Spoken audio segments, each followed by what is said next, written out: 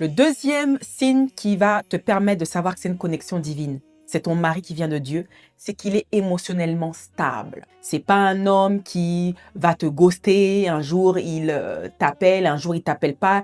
Il te donne des signes mixtes.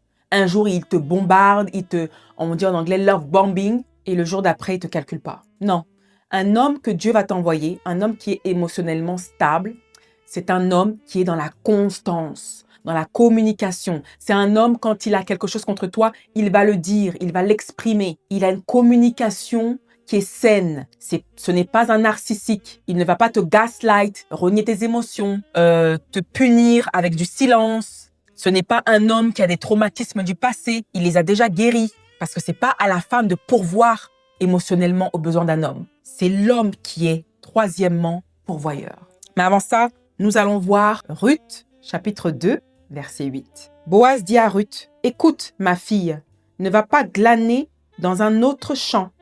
Ne t'éloigne pas d'ici et reste avec mes servantes. » Donc, c'est quelqu'un qui a le souci de son prochain. Et vous voyez comment il l'appelle? « Écoute, ma fille. » Un homme, quand il est émotionnellement stable avec vous, en fait, c'est pas de l'inceste. Ce n'est pas de l'inceste. Mais il va vous traiter, vous êtes sa femme, mais il va vous traiter comme un père traite sa fille. Vous allez sentir que vous allez être connecté à son essence masculine. Vous allez vous sentir en sécurité. Quand un homme est émotionnellement stable, en fait, autour de la femme, il lui assure une sécurité.